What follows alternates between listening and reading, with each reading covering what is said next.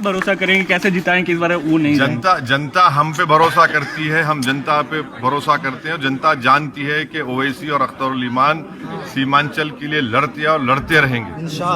हम इसी लड़ाई लड़ रहे हैं। अब जो गद्दारी जिनके फितरत में है, जो जब उनको उनके ही खानदान ने, उनकी पार्टी ने उनको धुतकार दिया था, जब एक इंसान में एक एहसास खत्म हो जाता है गरीबों का, तो फिर वो इंसान कहाँ कहलाता है। 20 दिन पहले यहाँ पे महागठबंधन की रैली हुई थी, उस वक्त भी मैं यहाँ था। बीजेपी से ज्यादा टारगेट आप थे, बोला जा रहा था कि बी टीम है, आएंगे, प्रलोभन देंगे, ले जाएंगे। हाँ ठीक है, हमको गाली दीजिए, हमको जो करना है करिए, बल्कि अगर आपके बस में है तो हमको मरवा दीजिए।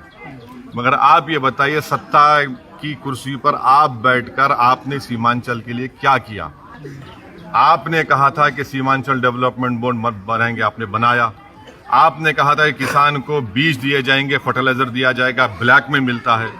आपने कहा था कि पूर्णिया एयरपोर्ट बीजेपी ने कहा था बनाएंगे, अमित शाह ने नहीं बनाया। आप हमको गाली दीजिए, हमको उसकी कोई फिक्र नहीं है। आप ये बताइए कि सत्ता में बैठकर आपने सीमांचल के लिए क्या किया? अगर आप ये समझ रहे हैं कि हमको गाली देने से सीमांचल का इंसाफ होगा, तो नहीं होगा। हम लड़ते आए, लड़ते रहेंगे, हमको कोई फिक्र नहीं पड़ता। बल्कि आप ये देख लीजिए, जिन्होंने सीमांचल की जनता के पीठ में खंजर घोंपा, वो बेचारे सामने नहीं बैठे थे प्यारे, वो आखिर में बैठे थे। तो सीमांचल की जनता ये देख रही है, अभी खामोश बैठी है, मगर ये तूफान के आने से पहले की खामोशी है। इनको समझना चाहिए, जेडीयू, राजद को और बीजेपी को। तेजस्वी कह रहे हैं कि नीतीश कुमार में पीएम पोटेंशियल है, वो पीएम बन सकते हैं। कैसे देख रहे हैं आप इसको? वो कभी बीजेपी जा सकते हैं भाई, कौन गारंटी लेगा उनकी? कौन लेगा गारंटी? वो कभी भी जाएंगे। कितने बार जा चुके हैं बीजेपी में, कितने बार राजद से मिल चुके हैं। किसने कहा था उनको? क्या पलटू मास्टर? हमने नहीं कहा था उनको, उन्होंने कहा था।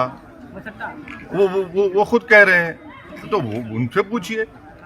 देश फैसला करेगा, और जब तक आप सीमांचल से इंसाफ नहीं करेंगे, दिल्ली का रास्ता सीमांचल से जाता है, समझिए इस बात को।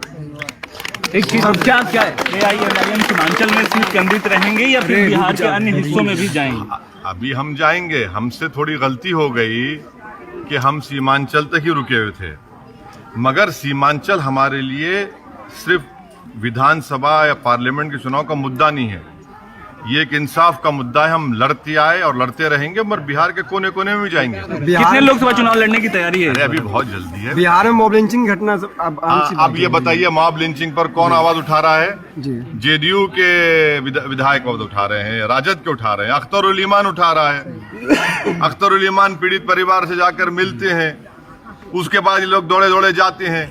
और मॉब लिंचिंग क्यों हो रही है भाई? आपकी सरकार है ना, भाजपा की तो सरकार नहीं है यहाँ पर। फिर आपकी सरकार में मॉब लिंचिंग क्यों? कितने वाकयात हुए? 4 हो गए, 6 हो गए हैं।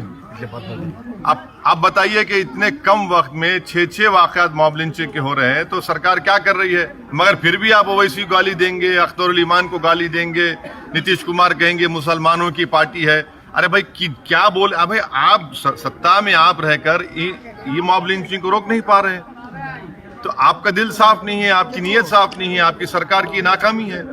एक आखिरी सवाल मेरा है कि आप लगातार बी टीम की बात की जा रही है, उसका नतीजा भी देखने को मिला। गोपालगंज में आप लड़े, महागठबंधन हार गए। यहाँ लड़ रहे हैं, बीजेपी मजबूत हो रही है। हाँ। तो क्या इसको माना जाए कि आप बी टीम? अभी विपक्ष का आरोप। गोपालगंज में लालू के साले लड़े थे, वो साले हैं और हम बी टीम हैं। तो साले को रोक नहीं पाए, ओवैसी को रोक पाएंगे? तो हम लड़ेंगे चुनाव, हम चुनाव लड़ेंगे, और जो सीमांचल से नाइंसाफी करेगा उसको हराएंगे और हम जीतेंगे। और हम चुनाव लड़ते हैं तो जीतने के लिए लड़ते हैं, हम किसी के गुलाम नहीं हैं।